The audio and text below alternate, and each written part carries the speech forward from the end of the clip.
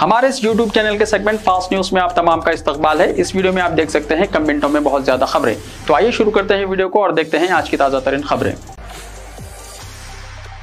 केसीआर की रिहायशगाह से मुत्तसिल प्लॉट पर काले जादू की अशिया से सनसनी। बंजारा हिल्स के मोहल्ला नंदी नगर में खौफ और दहशत फैल गई क्योंकि बाज़ अफराद को साबिक़ा वज़ीर आला के चंद्रशेखर राव की रिहायशगाह से मुत्तसिल खुले प्लॉट पर लींबू और दीगर अशिया मिली जिनको काले जादू के लिए इस्तेमाल किया जाता है। ज़रा के मुताबिक मुकामी अफराद ने दोपहर के वक्त मुतज़क्किरा प्लॉट पर लींबू, हल्दी पाउडर, गुड़िया और दूसरी अशिया देखी। जैसे ही ये खबर आम हुई, पुलिस इस मुकाम पर पहुंच गई और इलाके का मुहासरा कर लिया। सुराग रसां टीम भी मुकामी वारदात आ गई और तस्वीर ली गई। पुलिस ये तहकीकात कर रही है कि वो कौन है जो ये अशिया लाए हैं।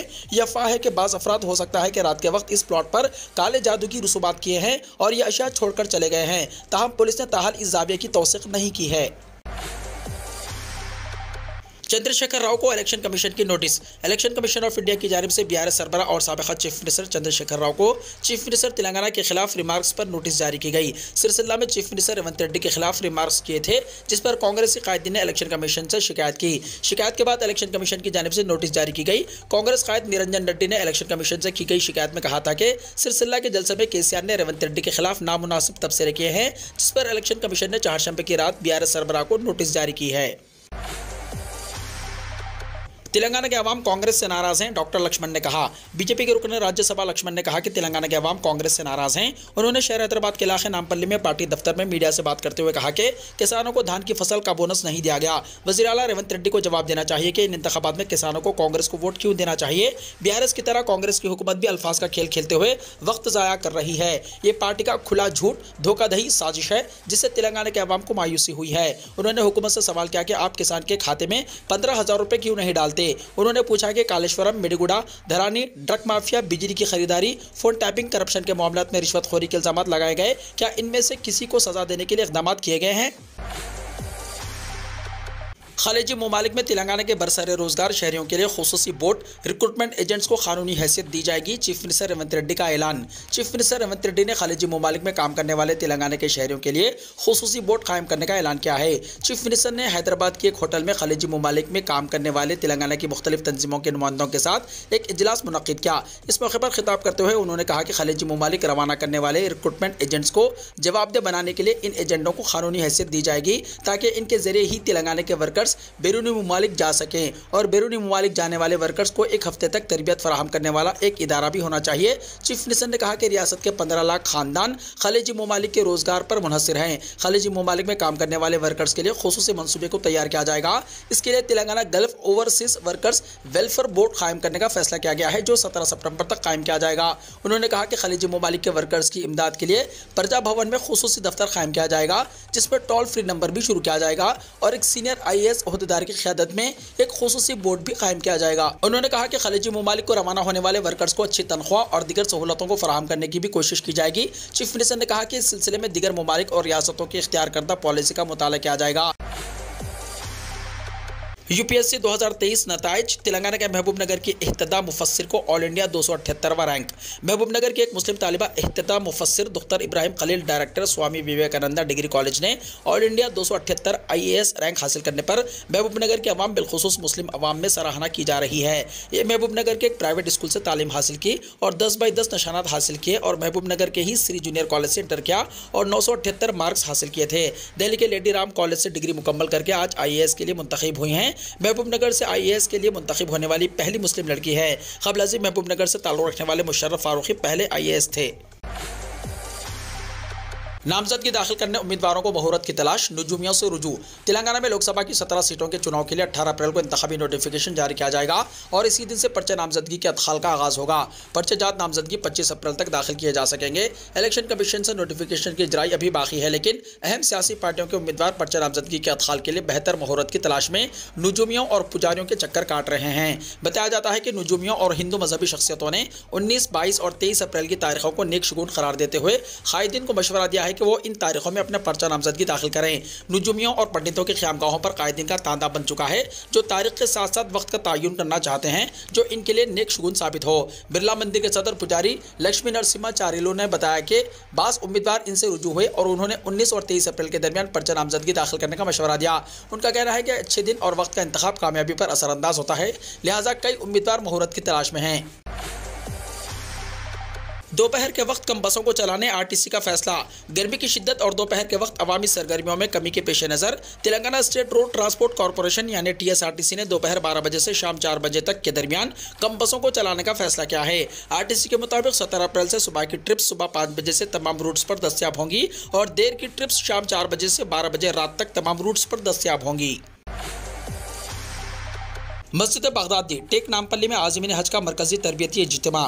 तेलंगाना स्टेट हज कमेटी और मस्जिद बगदादी टेक नामपल्ली के इश्तराक और ताउन से आज़मीन हज का 9वां मरकजी तरबियती इज्तिमा मस्जिद बगदादी टेक नामपल्ली में इतवार 21 अप्रैल को 10 बजे दिन ता 2 बजे दोपहर मुकर्रर है। सैयद मुनीरुद्दीन अहमद मुख्तार निगरानी करेंगे। मौलाना सैयद शाह गुलाम अफजल बियाबानी सदर नशीन तेलंगाना स्टेट हज कमेटी सदारत करेंगे। मौलाना मोहम्मद हुसामुद्दीन सानी जाफर पाशा, मुफ्ती सैयद तजम्मुल हुसैन, हाफिज डॉक्टर अहमद मोहिउद्दीन, मुफ्ती सैयद ज़ियाउद्दीन नक्शबंदी सदर मुफ्ती जामी निज़ामिया, मुफ्ती सैयद शाह सादक मोहिउद्दीन फ़हीम मुखातिब करेंगे। इस मौके पर गिलाफ काबा की ज़ियारत करवाई जाएगी। इरफान शरीफ असिस्टेंट एग्जीक्यूटिव ऑफिसर हज कमेटी ने आज़मीन हज से ख्वाहिश की है कि वो अपने साथ छोटे बच्चों को ना लाएं। ख़वातीन आज़मीन हज के लिए पर्दे का नज़्म रहेगा। आज़मीन हज अपने साथ नोटबुक्स और पेन ज़रूर साथ रखें ताकि अहम तरीन निकात को नोट किया जा सके। मज़ीद तफसीलात के लिए फ़ोन नंबर 9849242805 पर कॉन्टैक्ट किया जा सकता है। तेलंगाना में अवामी निज़ाम तकसीम के चावल बड़े पैमाने पर जब्त। अवामी निज़ाम तकसीम के चावल की गैर मजाज मुंतकिली को साइबराबाद एसओटी ने शमशाबाद, राजेंद्र नगर और शादनगर पुलिस की मुश्तरका कार्रवाई के जरिए जब्त कर लिया। पुलिस ने इस सिलसिले में 4 गिरोह को गिरफ्तार कर लिया। पुलिस ने 4 मामलात में 8 मुलजिमिन को गिरफ्तार किया। पुलिस ने 54.03 टन चावल जब्त किया जिसकी मालियत 10,80,600 रुपये बताई गई है। पहले मामले में शमशाबाद टीम और शादनगर पुलिस की टीम ने 2 मामला दर्ज करते हुए एक शख्स को गिरफ्तार किया। पुलिस ने 26.2 टन चावल जब्त किए जिसकी मालियत 5,20,000 रुपये बताई गई है। दूसरे मामले में पुलिस ने 9.250 टन चावल जब्त किए जिसकी मालियत 7,50,000 रुपये है। तीसरे मामले में पुलिस ने 1 टन अवामी निज़ाम तकसीम का चावल जब्त किया जिसकी मालियत 2 लाख रुपये बताई गई है। चौथे मामले में राजेंद्र नगर एसओटी ने 5 अफराद को गिरफ्तार किया और इनके पास से 17.580 टन चावल जब्त किए जिसकी मालियत 3,51,600 रुपये है। पुलिस ने 4 मामलात में भी चावल को मुंतकिल करने के लिए इस्तेमाल गाड़ियों को जब्त कर लिया। हैदराबाद और साइबराबाद में 144 सेक्शन नाफिज। हैदराबाद और साइबराबाद के कमिश्नरेट के हुदूद में 144 सेक्शन नाफिज कर दिया गया। कमिश्नर पुलिस हैदराबाद के श्रीनिवास रेड्डी के मुताबिक 18 अप्रैल की सुबह 10 बजे से 29 अप्रैल की शाम 6 बजे तक आम इलेक्शन के पेश नज़र पर्चा नामजदगियों के अदखाल और दस्तबरदारी के अमल के मुकम्मल होने तक पर्चा नामजदगियों के अदखाल के मराकज़ के पास 144 सेक्शन नाफिज रहेगा। कमिश्नर पुलिस साइबराबाद अविनाश मोहंती ने भी इसी तरह के अहकाम जारी किए हैं। रिटर्निंग ऑफिसर्स के पास 18 अप्रैल की सुबह 9 बजे से 29 अप्रैल की शाम 6 बजे तक इम्तिनाई अहकाम नाफिज रहेंगे। हैदराबाद पुलिस का राजा सिंह को रामनवमी के जुलूस की इजाजत देने से इनकार। सिटी पुलिस ने बीजेपी के रुकन असेंबली टी राजा सिंह को चहारशंबे को मुकर्ररा रामनवमी पर जुलूस निकालने की इजाजत देने से इनकार कर दिया। पुलिस ने रुकन असेंबली को मुतल्ला किया है कि इनकी इजाजत की दरख्वास्त मुस्तरद कर दी गई है। राजा सिंह ने हैदराबाद कमिश्नर ऑफ पुलिस को एक दरख्वास्त दी थी। ताहम सीताराम बाग मंदिर से दूसरा मरकजी जुलूस मामूल के मुताबिक श्री राम नवमी शोभा यात्रा कमेटी के जरिए निकाला जाएगा। तब्दीली पर रद्दमल जाहिर करते हुए राजा सिंह ने कहा कि 2010 से वो श्री राम नवमी शोभा यात्रा निकाल रहा है और सिर्फ इस साल पुलिस ने नामालूम वजूहात की बिना पर इजाजत देने से इनकार कर दिया। राजा सिंह ने कहा कि यह तवक्को की जा रही थी कि कांग्रेस हुकूमत के इख्तिदार में आने के बाद वो हिंदू त्योहारों पर पाबंदियां लगाएंगे। ये कर्नाटका और कांग्रेस की हुकूमत वाली दिगर रियासतों में हुआ है। राजा सिंह ने कानून के खिलाफ जाते हुए कहा कि किसी भी कीमत पर शोभा यात्रा आकाशपुरी हनुमान मंदिर से शुरू होगी और इसे कोई नहीं रोक सकता। इससे यह जाहिर होता है कि राजा सिंह की नज़र में कानून और पुलिस की कोई अहमियत नहीं है और वो कानून के किसी फैसले की कदर नहीं करता। बीआरएस कायदीन का कल अहम इजलास चंद्रशेखर राव सदारत करेंगे। कायदे अपोजिशन और सदर भारत राष्ट्र समिति के चंद्रशेखर राव 18 अप्रैल को तेलंगाना भवन में पार्टी के सीनियर कायदीन के एक इजलास की सदारत करेंगे जिसमें लोकसभा इंतखाबात के पेश नज़र तेलंगाना में सियासी सूरत हाल का जायजा लिया जाएगा। जराये ने बताया कि चंद्रशेखर राव इंतखाबी हिकमत अमली और मुहिम के रूट मैप को भी खतियत देंगे। अलावाजी वो पार्टी उम्मीदवारों में बी फॉर्म्स की तकसीम के अलावा मुरव्वजा कवायद के मुताबिक हर उम्मीदवार को 95 लाख रुपए के चेक्स भी हवाले करेंगे। जराये के मुताबिक इस इजलास में लोकसभा उम्मीदवारों के अलावा अरकान असम्बली, साबिक़ा मुंतखबा नुमाइंदे और ज़िला सुदूर ज़िले परिषदों के चेयरपर्सन और आमिला कमेटी के अरकान भी शिरकत करने वाले हैं। ज़राए के मुताबिक चंद्रशेखर राव आइंदा हफ्ते से बस यात्रा निकालने का मंसूबा रखते हैं और इस इजलास के दौरान रूट मैप को खतियत दी जाएगी। तेलंगाना और आंध्र प्रदेश में इंतखाबात के लिए 18 अप्रैल को नोटिफिकेशन मुतवक्को। तेलंगाना और आंध्र प्रदेश में इंतखाबात के सिलसिले में 18 अप्रैल जुमेरात की शाम नोटिफिकेशन जारी किया जाएगा। इलेक्शन कमीशन तेलंगाना के 17 लोकसभा हलकों और पड़ोसी रियासत आंध्र प्रदेश के 175 असेंबली और 25 लोकसभा हलकों के लिए इंतखाबात कराएगा। रायदही 13 मई को होगी। इंतखाबी एलामिया की इजराई के साथ ही पर्चा नामजदगी दाखिल करने का अमल शुरू हो जाएगा। यह अमल 25 अप्रैल तक जारी रहेगा। 26 अप्रैल को पर्चा नामजदगियों की जांच होगी। 29 अप्रैल नाम वापस लेने की आखिरी तारीख होगी। इंतखाबात के सिलसिले में कमीशन की जानिब से मौसर इंतजाम किए जा रहे हैं। इंतखाबी ज़ाब्ता अखलाक की खिलाफ वर्जी पर कार्रवाई की जा रही है। इसी दौरान दोनों तेलुगु रियासतों में इंतखाबी ज़ाब्ता अखलाक के निफाज के बाद से ही सख्त चौकसी इख्तियार की जा रही है। मुख्तलिफ मुकामात पर पुलिस और इलेक्शन कमीशन के ओहदेदारों की जानिब से गाड़ियों की बड़े पैमाने पर तलाशी का काम किया जा रहा है। इस तलाशी के दौरान रकम के साथ साथ शराब और राय दहिंदों को रागिब करने के लिए इनमें तकसीम की जाने वाली अशिया को जब्त किया जा रहा है। जगन मोहन रेड्डी पर हमले के सिलसिले में 4 अफराद हिरासत में। Chief minister Andhra Pradesh Y Jagan Mohan Reddy पर हमले के सिलसिले में 4 अफराद को पुलिस ने हिरासत में ले लिया है, जिनमें एक रॉडी शीटर भी शामिल है। कमिश्नर पुलिस विजयवाड़ा कांति राणा के मुताबिक 24 सीसीटीवी कैमरों की जांच की गई और 50 से 60 मोबाइल फोन्स वीडियो रिकॉर्डिंग का जायजा लिया गया। कई ऐनी शाहिदीन के बयान रिकॉर्ड किए गए, जिसकी बुनियाद पर मुलजिमीन की निशानदही की गई। स्टेज के बाएं जानिब से संगबारी की गई। पुलिस ने 50 से 60 अफराद को पूछताछ के लिए तलब किया था, जिनमें से 4 पर पुलिस को शुबा है। डॉक्टर्स ने जगन मोहन रेड्डी को आराम का मशवरा दिया, लेकिन उन्होंने सिर्फ एक दिन आराम के बाद अपनी इंतखाबी मुहिम का आगाज कर दिया। जगन के इख्तिदार में बिजली और आरटीसी किरायों में इजाफा, शर्मिला ने कहा। आंध्र प्रदेश कांग्रेस की सरबराह वाई शर्मिला ने इल्जाम लगाया कि रियासत में जगन के इख्तिदार में आने के बाद बिजली के चार्जेस में 7 गुना और आरटीसी बस किरायों के चार्जेस में 5 गुना इजाफा किया गया। उन्होंने जिले चित्तूर के मुख्तलिफ इलाकों में रोड शोज मुनक्किद करते हुए वाईएसआर कांग्रेस हुकूमत पर शदीद नुक्ताचीनी की। उन्होंने कहा कि जगन ने गुज़िश्ता असेंबली इंतखाबात के मौके पर कहा था कि मुकम्मल शराबबंदी तक वो वोट नहीं मांगेंगे, ताहम उन्होंने अपने वायदे का एहतराम नहीं किया और रियासत में शराब की दुकानों की तादाद में इजाफा हुआ। उन्होंने इसे चोरों और डकैतों की हुक्मरानी से ताबीर किया। उन्होंने कहा कि हर तरफ माफिया और गुंडागर्दी में इजाफा हुआ। आंध्र प्रदेश मुकम्मल तौर पर तालीमी मैदान में सिफर होकर रह गया। कई तालीमी इदारे बंद कर दिए गए हैं। रोजगार फराहमी में भी मुकम्मल तौर पर नाकाम हैं। अवाम को ऐसी हुकूमत का खात्मा करने के लिए तैयार हो जाना चाहिए। पंजाब में किसानों की तहरीक जारी, पटरियों पर एहतजाज के सबब कई ट्रेनें मुतासिर।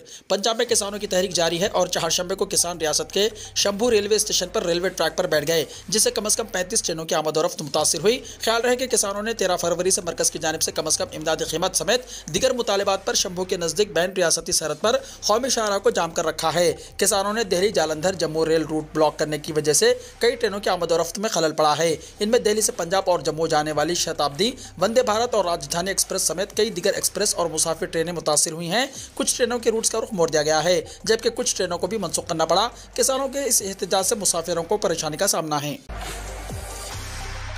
गुजरात में खौफनाक सड़क हादसा, कार की ऑयल टैंकर से टक्कर के नतीजे में 10 अफराद हलाक।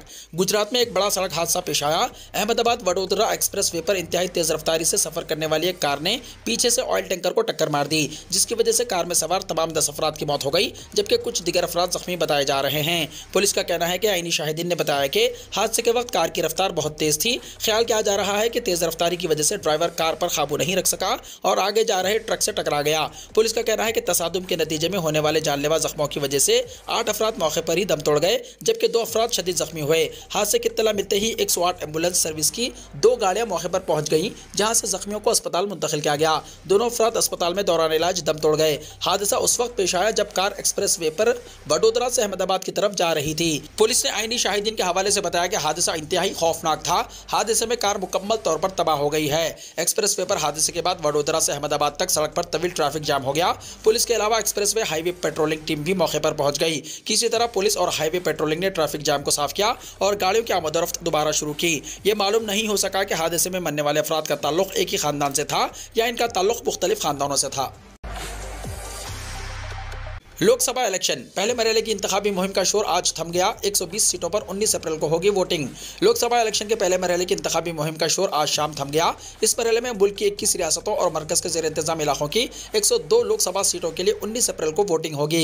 इलेक्शन कमीशन की जानिब से जारी करदा गाइडलाइंस के मुताबिक जिन सीटों पर पहले मरहले में वोटिंग होने जा रही है, इनके लिए इंतखाबी मुहिम 48 घंटे पहले यानी आज शाम 4 बजे से शाम 6 बजे के दरमियान अलग अलग औकात में खत्म हो गई। पहले मरहले में उत्तर प्रदेश के 8, बिहार की 4, मगरबी बंगाल की 3, राजस्थान की 12, मध्य प्रदेश की 6, उत्तराखंड की 5, आसाम की 4, मेघालय की 2, मणिपुर की 2, छत्तीसगढ़ की 1, अरुणाचल प्रदेश की 2, महाराष्ट्र की 5, तमिलनाडु की 39, मिजोरम की 1, नागालैंड की 1, सिक्किम की 1, त्रिपुरा की 1, अंडमान और निकोबार की 1, जम्मू एंड कश्मीर की 1, लक्षद्वीप की 1, पुडुचेरी की 1 सीटों पर वोटिंग होगी। इसके साथ ही पहले मरहले में तमिलनाडु की तमाम 39 सीटों पर वोटिंग होगी। जारी हुआ टीएमसी का इंतखाबी मंशूर, सीएए के खात्मे से लेकर एनआरसी यूसीसी पर रोक लगाने का वायदा। लोकसभा इंतखाबात 2024 के पेश नज़र तृणमूल कांग्रेस ने अपना इंतखाबी मंशूर चारशंबा 17 अप्रैल 2024 को जारी कर दिया। मगरबी बंगाल की वज़ीर आला ममता बनर्जी की क़यादत वाली पार्टी ने इंतखाबी मंशूर में 10 चीज़ों का जिक्र किया है। मंशूर में सीएए को पलटने, एनआरसी को रोकने, यूनिफॉर्म सिविल कोड यानी यूसीसी को भी लागू नहीं होने दिया जाएगा। टीएमसी ने यह भी कहा कि अगर वो इख्तियार में आती है तो घर पर 5 किलो मुफ्त राशन दिया जाएगा और 1 साल में बीपीएल खानदानों को 10 गैस सिलेंडर मुफ्त दिए जाएंगे। टीएमसी का मंशूर जारी करते हुए पार्टी लीडर डेरेक ओबेराइन ने कहा कि अगर मरकज में टीएमसी हुकूमत बनती है तो मनरेगा को बढ़ाकर 400 रुपए यौमिया कर दिया जाएगा। सबके लिए मुस्तकिल मकान होंगे। इससे ऊपर के लोगों को 1000 रुपए माहाना पेंशन मिलेगी। 60 साल की उम्र को 12,000 रुपए सालाना दिए जाएंगे। ईंधन और एलपीजी की कीमतों को चेक किया जाएगा। कीमतों में इस्तेहकाम का फंड बनाया जाएगा। 25 साल तक की उम्र के तमाम तलबा को माहाना वजीफा मिलेगा। जो मजीद तालीम हासिल करना चाहते हैं इन्हें 10 लाख रुपए का स्टूडेंट क्रेडिट कार्ड दिया जाएगा। बंगाल की लक्ष्मी भंडार की लेकिन खवातीन को माहाना रकम मिलेगी और सभी के लिए 10 लाख रुपए का मेडिकल इंश्योरेंस होगा। मुत्तहदा अरब अमारात में शदीद बारिश और सैलाब, 28 हिंदुस्तानी परवाजें मनसूख। मुत्तहदा अरब अमारात में शदीद बारिश और दुबई में आने वाले सैलाब की वजह से 28 हिंदुस्तानी परवाजें मनसूख कर दी गई, जिनमें 15 दुबई जाने वाली और हिंदुस्तान जाने वाली 13 परवाजें शामिल हैं। दुबई के फ्लैगशिप कैरियर एमिरेट्स एयरलाइंस ने तमाम चेक इन रोक दिए हैं। एमिरेट्स ने एक सरकारी बयान में कहा कि एयरलाइन तयशुदा फ्लाइट ऑपरेशन बहाल करने की कोशिश कर रही है और टीमें मुतासरा सारिफिन को हर मुमकिन मदद फराहम करेंगी। दुबई के बैनुल-अक़वामी हवाई अड्डे ने भी शदीद बारिशों के नतीजे में फ्लाइट ऑपरेशन में रुकावटों की इत्तला दी, जिसने फ्लाइट अमले को मुतासिर किया और तैयारों को ताख़िर या मोड़ दिया। कल मुत्तहदा अरब अमारात में मौसलाधार बारिश से एक शख्स हलाक हो गया। कौमी मौसमियात के मरकज के मुताबिक दुबई में मंगल को 24 घंटों से भी कम अरसे में 254 मिलीमीटर के साथ रिकॉर्ड बारिश हुई। दरियासना पड़ोसी मुल्क ओमान में सैलाब के 22 स्कूल के बच्चों समेत 19 अफराद हलाक हो गए। बारिश पीर की शाम को शुरू हुई, जिसने दुबई की सड़कों और साहिलों को तकरीबन 20 मिलीमीटर बारिश से भर दिया। मंगल को सुबह 9 बजे तूफानों ने जोर पकड़ा और मजीद बारिश और ओले बरसने का सिलसिला जारी रहा। मुत्तहदा अरब अमारात ने तूफान से पहले अपने बेशतर स्कूल बंद कर दिए और ज्यादातर सरकारी कारकुन घर से काम कर रहे हैं। जो लोग बाहर निकले, इनमें से बहुत से लोगों ने अपनी कारों के अंदर ही रहने का इंतखाब किया। हुक्काम ने पानी निकालने के लिए टैंकर ट्रक सड़कों और शहरों पर भेजे। कुछ घरों में पानी दाखिल हो गया, जिससे लोग अपने घरों से निकलने पर मजबूर हो गए। पाकिस्तान में बारिश की वजह से 63 लोगों की मौत, खैबर पख्तूनख्वा और बलूचिस्तान में इमरजेंसी का ऐलान। मुत्तहदा अरब अमारात और ओमान के बाद अब पाकिस्तान में भी जोरदार बारिश ने सैलाब जैसे हालात पैदा कर दिए हैं। पाकिस्तान में बारिश की वजह से अब तक 63 अफराद की मौत हो चुकी है। महलूकीन की तादाद में लगातार इजाफा हो रहा है और जख्मियों में कई की हालत संगीन भी बनी हुई है। खैबर पख्तूनख्वा में हालत ज़्यादा फिक्र अंगेज हैं। पाकिस्तानी अखबार डॉन की रिपोर्ट में बताया गया है कि 12 अप्रैल से ही पाकिस्तान के कई इलाकों में मौसलाधार बारिश हो रही है। पाकिस्तान की डिजास्टर मैनेजमेंट अथॉरिटी का कहना है कि 32 लोग संगीन तौर पर जख्मी हैं। जुनूब मगरबी इलाकों यानी बलूचिस्तान और खैबर पख्तूनख्वा में हालात ज्यादा दिगरगू हैं, जिसको पेश नजर रखते हुए यहाँ इमरजेंसी का ऐलान कर दिया गया है। सैलाब में फंसे लोगों को लगातार महफूज मुकामात पर पहुंचाया जा रहा है। पीडीएमए ने लोगों को घर से ना निकलने की एडवाइजरी जारी कर दी। सैलाब मुतासरा इलाकों में लोगों को राहती अशिया पहुंचाई जा रही है और आमद और रफ्त के लिए सड़कों को भी बेहतर बनाया जा रहा है। इस दरमियान लोगों को अस्पतालों में रहने का भी इंतजाम किया जा रहा है। पाकिस्तान महकमे मौसमियात ने आइंदा 22 अप्रैल तक पूरे मुल्क में जोरदार बारिश, झालाबारी और तूफान का अलर्ट जारी कर दिया है। वीडियो को लाइक शेयर कीजिए और हमारे इस YouTube चैनल को सब्सक्राइब करते हुए इसके बेल आइकॉन को भी प्रेस कर लीजिए ताकि ऐसी ही ताज़ा तरीन खबरें आइंदा भी आपको मिलती रहें।